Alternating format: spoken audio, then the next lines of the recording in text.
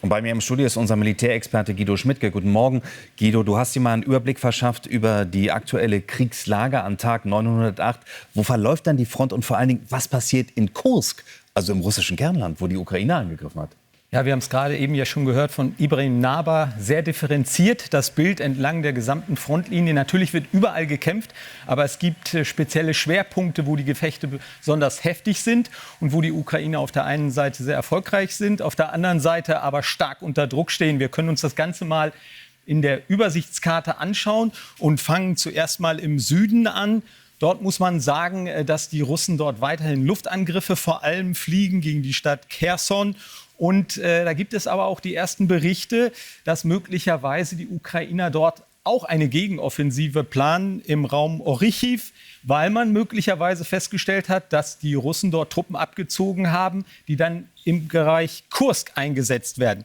Gehen wir weiter auf den Donbass. Wirklich sehr prekär die Lage da für die Ukrainer, weil der Druck der Russen enorm ist. Mal ein paar Zahlen, die das dokumentieren. In der vergangenen Woche haben die Russen 40 Raketen eingesetzt, 750 Gleitbomben und 200 Drohnen. Und gerade diese Gleitbomben sind ein enormes Problem für die ukrainischen Verteidiger im Donbass, weil man kaum effektive Mittel hat, um gegen diese sehr, sehr zerstörerischen Gleitbomben irgendwas zu unternehmen. Und da haben die ukrainischen Behörden auch wieder die Zivilbevölkerung aufgefordert im Raum Pokrovsk, dass sie dort dieses Gebiet verlassen sollen. Auch das haben wir gerade im Beitrag von Ibrahim Naber gehört, weil man dort wahrscheinlich nicht garantieren kann, dass die Russen dort durchstoßen. Pokrovsk, ein sehr wichtiger Logistik-Hub, also ein Zentrum, über das die Logistik der ukrainischen Truppen auch mit organisiert wird. Und dann gucken wir in den Raum Kursk. Da läuft es sehr gut für die Ukrainer, setzen dort ihre Offensive fort. Und ganz speziell müssen wir uns jetzt mal angucken, was in den letzten Tagen passiert ist. Die Ukrainer haben dort mehrere Brücken zerstört. Zwei ganz wichtige Brücken, die von Glushkowo und Swanoje.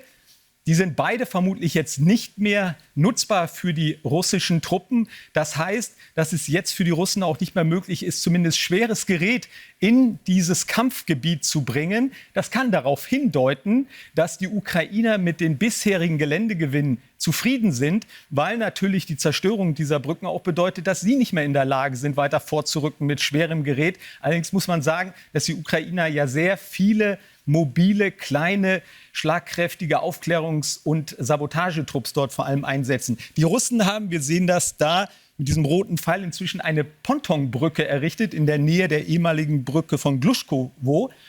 Allerdings muss man sagen, die ist sehr fragil und die Russen haben im Verlauf des Krieges schon einmal dort ein Desaster erlebt, als sie mit einem gesamten Bataillon versucht haben, mit Kampfpanzern und Schützenpanzern über einen Fluss überzusetzen. Und das ist dann von den Ukrainern aufgeklärt worden und dieses ganze Bataillon ist zerschlagen worden. Also solche Pontonbrücken zu benutzen, ist ein sehr, sehr großes Risiko. Insgesamt muss man ganz einfach sagen, dass die Informationen und die Zerstörung der Brücke darauf hindeuten, dass die Ukrainer möglicherweise jetzt erstmal ihr erstes Angriffsziel erreicht haben, jetzt diese Gebietsgewinne konsolidieren, um dafür zu sorgen, dass man vorbereitet ist, wenn die Russen mit wirklich Elitetruppen und schwerem Gerät versucht, dann einen Gegenangriff zu starten. Aber danach sieht es eigentlich aktuell gar nicht aus.